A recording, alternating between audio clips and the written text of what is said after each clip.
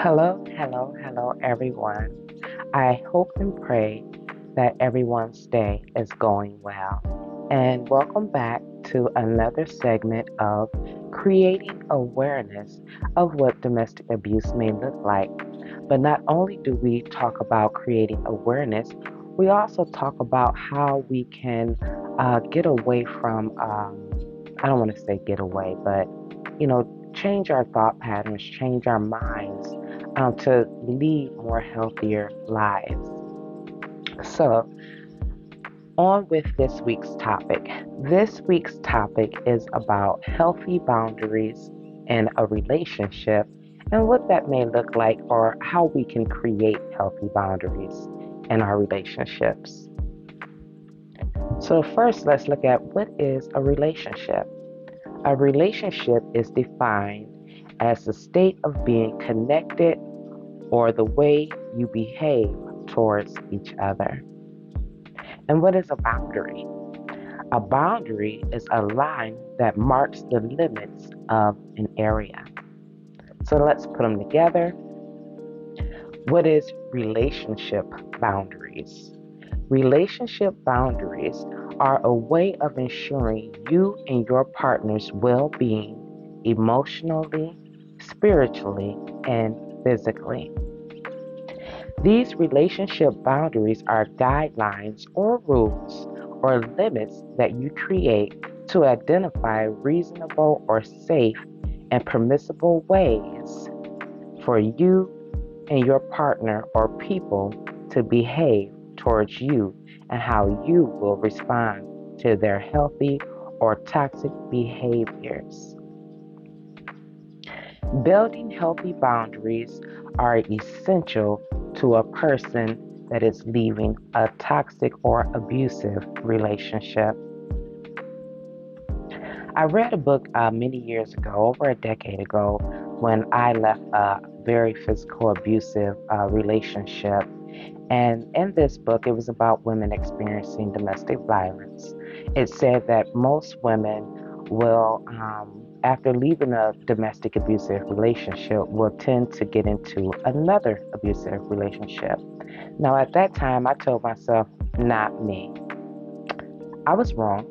I did get into another abusive relationship, though it wasn't physical. Um, and I ended up repeating the cycle because I had not healed from the cycle. Healing takes a renewing of your mind. How do we change the cycle of abuse? By renewing our mind, be it the victim or the abuser. Romans 12:2 teaches us, and be not conformed to this world, but be ye transformed by the renewing of your mind. It is very important that you discuss your wants, needs, and expectations with your partner throughout your relationship. And keep in mind, things can change over time. So you have to constantly communicate with this person about your wants and needs. And also, don't set boundaries out of anger. Boundaries should be established when you are of sound mind so that your partner is more receiving of the obligations you have set with them, be it emotionally, mentally, or physically. So how do we start to set healthy boundaries in our lives? Number 1, start with self-reflection. What is it that you need to stay whole and healthy minded in your relationship that benefits you and your partner? Number 2, don't procrastinate. If you don't set healthy boundaries for yourself in the relationship, then you may give your partner lead to define the boundaries for you. Number 3, consider touch, words, time, and distance.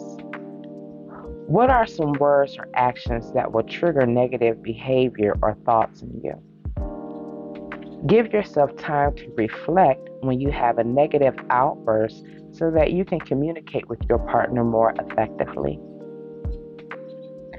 The Family Institute at Northwestern University recommends setting boundaries in 4 categories: touch, words, time, physical, or emotional distance. Let's take a look at touch. Touch could be, are you okay with public affection? Words, do you accept name calling or insults? Time, do you value alone time? And moving slowly, emotionally, and developing a relationship. Distance, don't remove the boundaries you set for you and your relationship until you are ready to. And your partner should be respectful and accepting of this. And number 4, recite your boundaries to yourself, be it a daily affirmation or every now and again when you feel the need to remind yourself of the values that you set for yourself so that they stick in your mind and you don't compromise your values. So this week the video was a little shorter, but I definitely wanted to touch on how we could set healthy boundaries moving forward in our relationships or when we're creating relationships so that we have a more positive outcome. Thank you guys for watching. If you like this video, make sure you love it, share it, and thank you again. Have a blessed week.